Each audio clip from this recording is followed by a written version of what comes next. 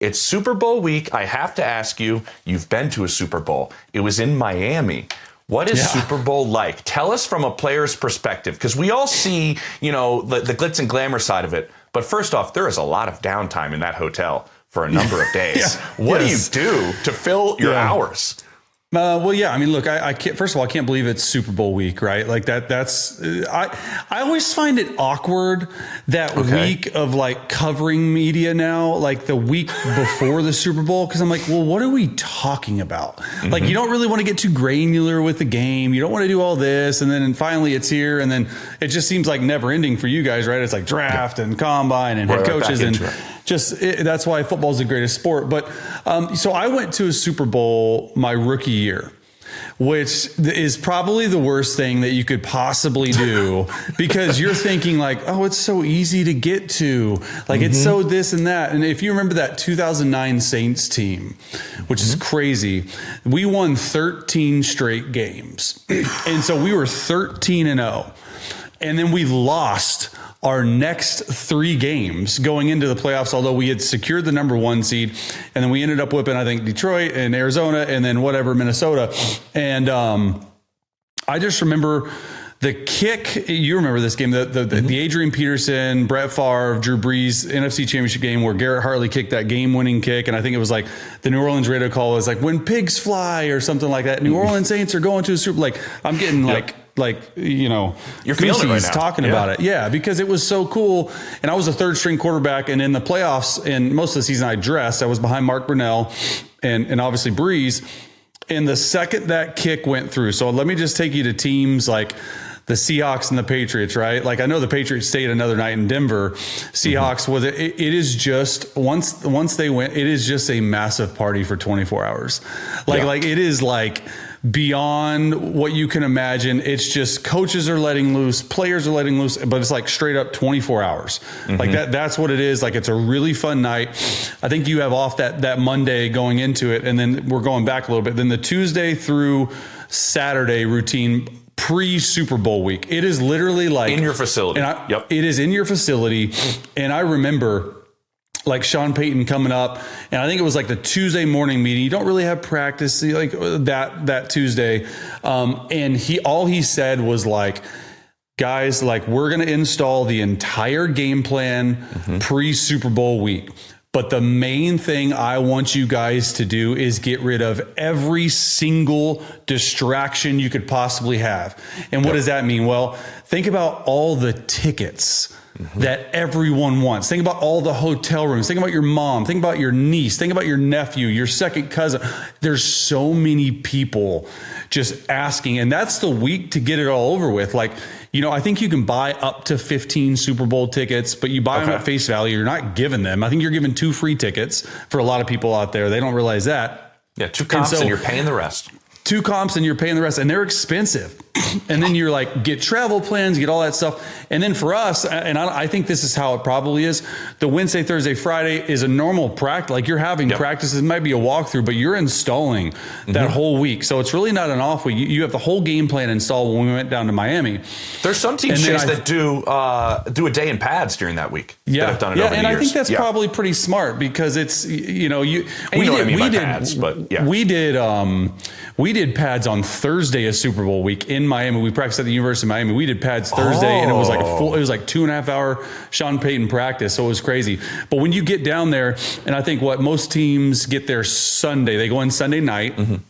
And when you, for us at least, it was get in Sunday night, and Monday is like the media day, right? But Sunday, Sean Payton, I remember when we landed, he's like, this is your one night. This is your one night. Curfew is 1 a.m. Go out, enjoy it, have a great time, do all this. And so Sean Payton gave like the offense, like Breeze, his credit card and was like, take him to like Catch 112 or like whatever those fancy seafood places are. So we ended up there. Joe Stone We Crabs. went to a bar. Yeah, Joe Stone Crabs, all that stuff. I think it was like Prime 112 or something. I don't know, something like that.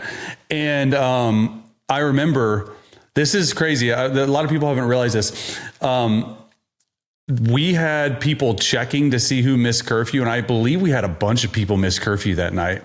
And we were media day was not all it was like it is, but we ended up like having a come to Jesus meeting with Sean Payton that next morning, Monday. He was like cussing us. You guys don't even know we gave you the one night. And that was like our lock-in moment. Like, okay, here it's time to roll. Do you think he did that hoping you break curfew so that he could do there's that? There's always something like that for Sean. Yeah. And it totally locked us in. And then like for us, it's like a normal week when you get down there, but you have family come down. So, the Wednesday, Thursday, Friday, your big practice days. Tuesday, it's just a lot of time in the hotel room. But I think Sean and I think these coaches do a good job. Okay, let's get out. Let's try to just keep your normal routine. Let's do all this. And then obviously like the game is way different because the warm-ups are way different. The halftime's way longer. We took off our pads at halftime. I mean, it's a long-winded response. We could do a whole episode on it, but it's very, very, and Sean had never been to a Super Bowl, but he called around, and all these coaches called around how to handle each and every day. So it's a lot, but it's a unique week, man. Yeah, it's unlike anything else. I remember having the conversation with Patrick Mahomes after he had been to a few of them, which is so wild early in his career. He's been to a few of them.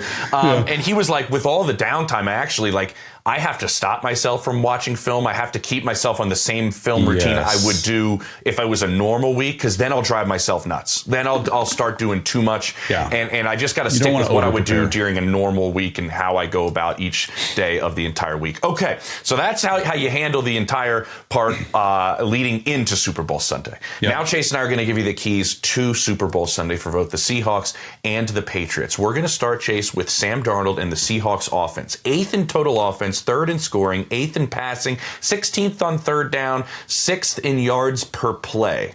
When you look at this Seahawks offense, specifically with Sam Darnold, what is the key to victory in putting points on the board against a very good Patriots defense? Yeah, the Patriots defense, I think, is a lot of of all of the 4 units we're going to talk about. I think the Patriots defense does not get enough credit for how good they are, how much pressure they bring, all this stuff, right? And so it leads to Seattle's offense. I think the biggest thing, this sounds so simple, and these keys are so simple, but you talk to anyone, any coach who's played, any player who's played, anyone who's been in this Super Bowl game, it literally comes down to fundamentals. And the fundamental thing that the Seahawks have to do, they have to protect Sam Darnold. And Sam Darnold cannot throw turnovers. Like, he cannot turn the football away. And I think that's sort of what, coming into the game, I think 20 turnovers. It's the most in the league behind Geno Smith, or maybe the second most in the league behind Geno Smith. I don't think that Sam Darnold can turn the football over, because if you just look at it on paper and you look at JSN, you look at Cooper Kupp, you look at Shaheed, you look at Sam Darnold, they're all playing really well. And the thing, when you look at their losses, what's really stood out to me is if Sam Darnold turns the football over, I think that's where they're going to get into some major trouble. I love Clint Kubiak, and we're going to talk about him possibly taking the Raiders job. I think he's the whole key to this game, though. And he has to do a good job of putting Sam in the right positions early to let Sam get the game under him. Because it takes a quarter and a half, 2 quarters to be like, okay, forget about this. It's just a game. And so I'm going to be looking really closely at how does he call the first 15? Because when I was with Sean Payton, Sean Payton's an offensive genius. He had 2 weeks to prepare for the Super Bowl. He had all this stuff. Do you know what our first play was? Our very first play in the Super Bowl, green right, slant 60 base, a fullback dive. That's what we started the Super Bowl with, because it's just okay, everyone get there, because people, they get so hyped. So I do think how Sam Darnold handles this week, how he handles the expectations, how he handles the different pressures that the defense from the Patriots are going to bring. But you can't turn the football over if you want to win this game. I love that. And I think it is a combination of what Clint Kubiak sees and how Sam Darnold reacts to what this Patriots defense is doing. We know that this is a group that may play one way the entire season in New England, and then come Super Bowl may do it entirely different. How quickly does Clint Kubiak see that? And then how do they move Jackson Smith and Jigba around? You can't get away entirely from what has gotten you there. And that's JSN, and he's your passing part of the offense, obviously. 44% of your receiving yards came from Jackson Smith-Njigba. That's just an insane number. How do you move him around? They did that a lot against the Rams in that NFC Championship game. Does Christian Gonzalez follow him around? I'm not entirely sure that would happen. Just I don't think the way JSN is built, Chase, that's kind of the type of player that Gonzalez actually thrives against. He's more of like a Nico Collins, a Drake London type of big body guy, and that's really not JSN. So how do they move him around to find matchups? How does maybe somebody else step up if there is so much attention given to JSN? How does Clint design things for a tight end in space across the other side of the field? Things like that. I'm interested to see Cooper how they Kupp adapt. too, right? Been there, done that. A lot of people are going to lean on him this week in Seattle, right? He's got a ring with, obviously, There's he's only one of the 4 guys better on that receivers. team that have been to a Super Bowl. That's it. Exactly. And I think he's one of them. And I do think, to your point in JSN, I do think that what I would do is I would put him in the slot as much as possible, get him matched up on linebackers and safeties. I like the corners for New England, but I would keep him away from Christian Gonzalez at all costs.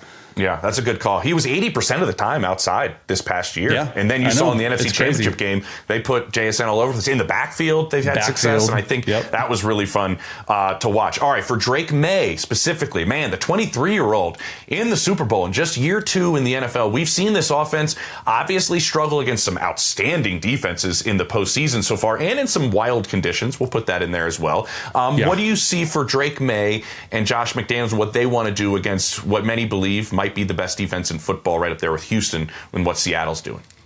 Yeah, I mean, the run of defenses that Drake Maye has had to face, if he was able to get through to the Super Bowl, I mean, it's unbelievable, right? I think John Elway's the only other person to face top 5 defenses in all 4 postseasons. I mean, it's absurd what he's been able to do. And I think for the most part, Drake has played really well in the regular season. And then there's some times in the postseason where it's like, man, okay. Like, I actually thought he played really well against the Houston Texans because you have to hit these one-on-one matchups, 3 touchdowns, and you have to do that. I don't think you're going to outsmart. And I love Josh McDaniels, and I think he's done a great job. I think this is like his 9th Super Bowl, so he knows better than anyone how to call plays to get a quarterback in rhythm. But he's had Tom Brady. He's hadn't had Drake Maye, right? And I think that's the thing is, like, how do you start this game? You have to get Drake Maye into a rhythm. And when you look at their offense, it really doesn't get spicy, I would say, until like the second half. Finally, you're getting Drake Maye like in rhythm.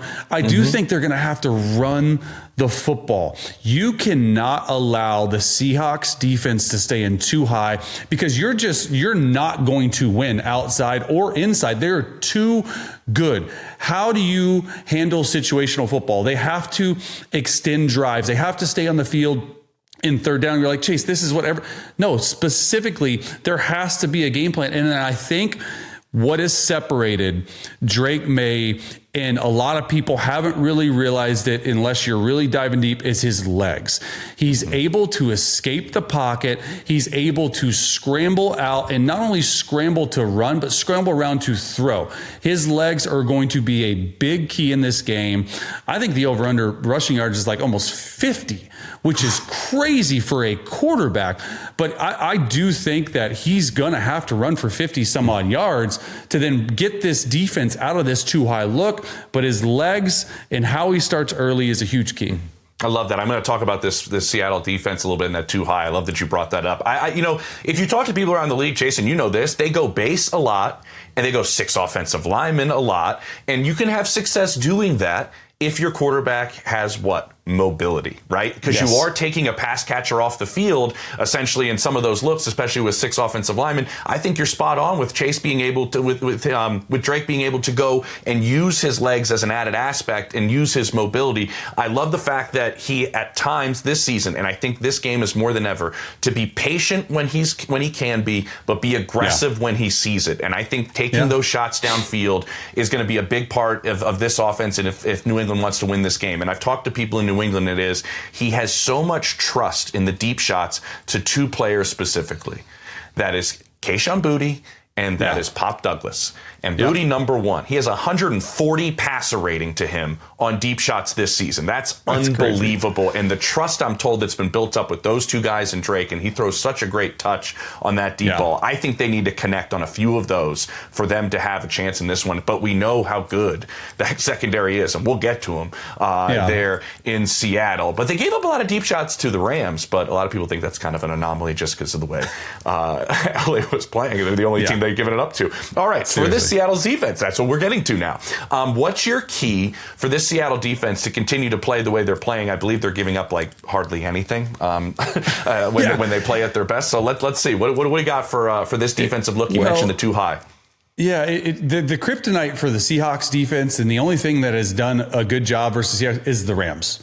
Like, you look at how many touchdowns, like, it's Sean McVay. So honestly, I would, if I'm Josh McDaniels, I would try to copy in those two games what hurt the Seahawks defense. And what that is these intermediate. So when you play these two high safeties looks, these intermediate to deep routes over linebackers under these called layered throws. You have to be able to throw the football in the middle of the field. This Seahawks defense is built so good at corner where they're pretty much just locked down, in my opinion. They just don't allow a lot of just like hitch routes or stop. You have to do these like wrap routes. You have to get in the middle of the defense. And then when the Seahawks defense gets out of that too high look, then you take your shot. But I just think that the thing that has separated the Seahawks defense from a lot of other defenses, one, is how it's coached. They don't do a lot of crazy stuff. They're just so fundamentally sound, and they've been able to, and I think this is what New England has to do early in the game, what we talked about, run the football. They've been able to stay in these two high safety looks and stop the run. So it's called light boxes, right? You have 6-man box versus 7-man box. A 6-man box is 4 defensive linemen, 2 linebackers, 2 high safety, and nickels outside. You have a light box, which means you have 6 to block 6, and you're able to.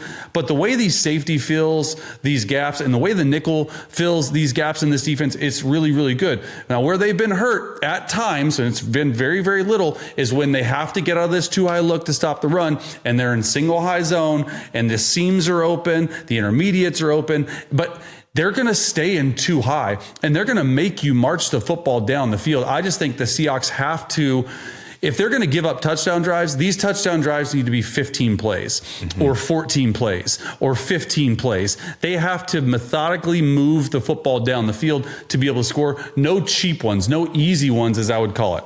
Yeah, I love that. And you know what I was just thinking? What does Josh McDaniel and Drake Maye, what did they learn from going against Jesse Minter in the postseason? Because a lot of similarities there with Mike McDonald and Jesse. And what did you learn about that in your first playoff game and going against that Chargers defense? I love that you brought up that too high look, because obviously I mentioned the explosive plays. I think if New England doesn't get them, it's going to be very difficult to win this football game. So can you stay in that? But I love the spine of this defense with Ernest Jones, and you have Colby Bryant, and you have Nicky Manwari, who's kind of an X factor like crazy. They're big enough to stay in that big nickel and stay in that 2 and be able to come up and stop the run.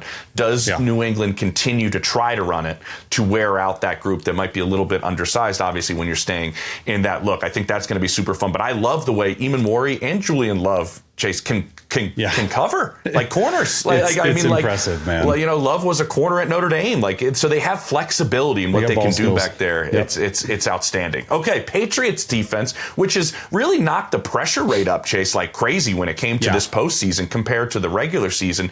They've been outstanding, giving up 8.7 points per game and 8 takeaways, 12 sacks in this postseason. Yeah. Well, I think the biggest thing for them is they have to pressure Sam Darnold, and they have to pressure him early. You look at their playoff games, in the first half of some of these games, they sort of sat back and let the game come to them. And then the second half of a lot of these games, they are just, we are coming after. And that's when they're at their best, although it gives them one-on-one shots outside. I think the biggest thing for the Patriots defense and Vrabel, they have to continue to disguise at a really high rate, which means when I watch and I turn on the film and I'm watching it like I'm an offensive coordinator or a quarterback who's played for a long time, about 40 to 50% of the time, I can't even see, and I have the clicker, or understand what coverage they're in. You have to disguise versus Sam Darnold. Like, you know they're going to motion, you know they're going to do this and that. So they have to be really, really good with their checks. A lot of defenses call 2 coverages in the actual call. So if you're in slot formation, you're running this. If they go to pro, you're running this. If they're in two, so you have to be really on top of that. But I do think from the start, if you hit Sam Darnold early, and this was a key to the game for the Rams, for Sam Darnold. If you hit Sam Darnold early, he's shown at times to sort of go into a shell. Can you get to him early? Can you affect him in his psyche? That's the biggest thing for me. Yeah, I love that. And, he threw a league-high 7 interceptions when blitzed. I'm curious if they blitz. Do you think they have to, Chase? Because they're blitzing at a rate of almost 40% during the postseason. If you compare that to the regular season for New England, at 27%. Do you think bringing extra guys is something that they want to do to create that pressure? And I'm also looking at the interior of that defensive line. Milton Williams and Barrymore just been outstanding, and that has been – Milton is outstanding. I was talking to Zach Allen about him the other day, and Zach was like, bro, he is so good. Like, he is so fast. He is so quick. He is so powerful. He's got moves. Like, he's like, dude, he can do everything. And that has been, if you want to look for some sort of a weak spot with this offense, it is a little bit of that interior part of the offensive line for Seattle. So it'll be interesting to see what happens there. But I love you said, change the picture on Sam, right? See how late you can change it and how you can do it. All right, so your X factor is going to be, who I got two. I cheated, but give me your X factor. So, I didn't cheat. I mean, I could have 5. I'm going between a player and a coach, but I do know that, like, coaches can prepare, but Sean Payton and Andy Reid always used to say, hey, players win, not play. So I'm going to have to go with a player. Honestly, I think I'm going to go with Cooper Kupp. Oh, I love it. I like JSN's going to get most of the targets, but on third down in these situations early in the game when Sam Darnold needs a play, and the Patriots, man, they're not going to let their number one beat them. Like, I would double team JSN. Cooper Kupp in the slot. He had a touchdown last game. He's been there. He's done it. Look for him to have 50 to 60 yards, but maybe 2 to 3 major third down conversions when JSN's doubled. I think he's the go-to. I think that's the X factor in this game. I love that. And maybe one of those being like a key red zone target where JSN draws some attention or whatever. Yes. I mean, that's what's happened. I mean, you're seeing edge guys, right? Chase drop early on the side that JSN's on to make sure you don't get that quick slant. Or teams have tried everything 1,000%, because they know the football is going over there. My X factor is going to be another receiver on this team. Rashid Shaheed, I would say. I knew it. I love that. I love it. I love it. You know what I mean? We've just been kind of waiting, and maybe this is a slow burn. I mean, obviously, you're going to give that attention to Jackson Smith-Njigba, and I do think Cooper Kupp could benefit. But also, you can't sleep for a moment on a guy that runs a 4.3 down the field, and maybe Shaheed is that guy. And I saw this stat, and this is why it came up to me. An in-season acquisition has scored a touchdown in each of the last 5 Super Bowls. Where do you get this And when stuff, did Rashid Shaheed join this team at the deadline? I love that so much. I love that one. Maybe that's just a Sam takes a shot at the perfect time, and Shaheed's that guy. The other one I had was kind of Josh McDaniels, because he's just been... They can do something entirely different, right? Like, you could see New England just do something entirely different come this Super Bowl with 2 weeks to prepare him. Yeah. Just unbelievable. That's a guy, this is his 13th season as an offensive coordinator where he has had a top 10 scoring offense. That is just bonkers. Some guys are better coordinators. Yes, that's it. Well said, Chase.